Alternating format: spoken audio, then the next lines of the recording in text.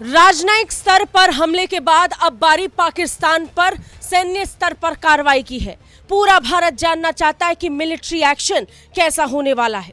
पाकिस्तान की सेना को मुंह तोड़ जवाब देने के लिए भारत का प्लान क्या होगा, ये सब जानना चाहते हैं। और इस बीच इंटेल की रिपोर्ट के आधार पर जो जानकारी मिल रही है वो वाकई चौंका देने वाली है।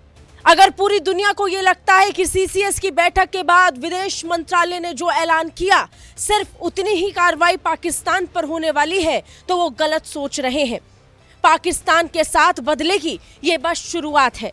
पाकिस्तान द्वारा किए गए आतंकी हमले के जवाब में भारत अब एक्शन लेना शुरू कर चुका है। इस बीच खबर आ रही है कि पहलगाम आतंकवादी हमले के बाद भारतीय सुरक्षा बलों ने पाकिस्तान के कब्जे वाले कश्मीर यानी पीओके में स्थित टॉप आतंकी लॉन्च पैड्स की निशानदेही कर ली है और साथ ही साथ ट्रेनिंग कैंप्स की भी निशानदेही की है।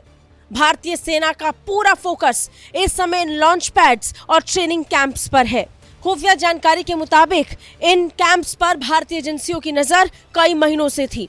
कई महीनों से भारतीय सेना लगातार इन कैंप्स की मूवमेंट पर निगरानी किए हुए था और अब पाकिस्तान ने बैठे बिठाए भारत को वो मौका दे दिया जिसका इस्तेमाल वो करने वाला है। भारतीय सेना ने रक्षा मंत्री राजनाथ सिंह के साथ परिचालन विकल्पों और रणनीतिक सिफारिशों के साथ साथ एक व्यापक ब्रीफिंग भी जारी की, जिसमें इन लॉन्च पैड्स का भी जिक्र आया। इन आतंकी लॉन्च पैड्स को टारगेट करके भारत पाकिस्तान को एक तगड़ा झटका दे सकता है।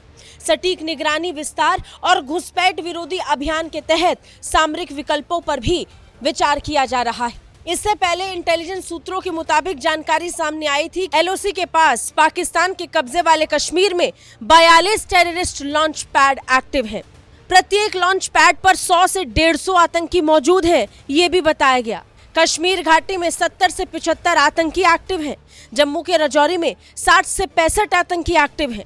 ये सभी आतंकी पाकिस्तान में हैं। इन आतंकी संगठनों में पाकिस्तान ने सिर्फ 4 स्थानीय युवकों को भर्तियों के लिए बुलाया था। भारतीय सुरक्षा बल हर 5वें दिन एक आतंकी को ढेर कर रहे हैं। ये आंकड़े बताने के लिए काफी है कि भारत का एक्शन इनके खिलाफ कितने बड़े स्तर पर चल रहा है। लेकिन देश बदला चाहता है। राजनयिक स्तर पर जवाबों के बाद अब बारी मिलिट्री एक्शन की है, जिसे लेकर प्लान सामने आ रहा है।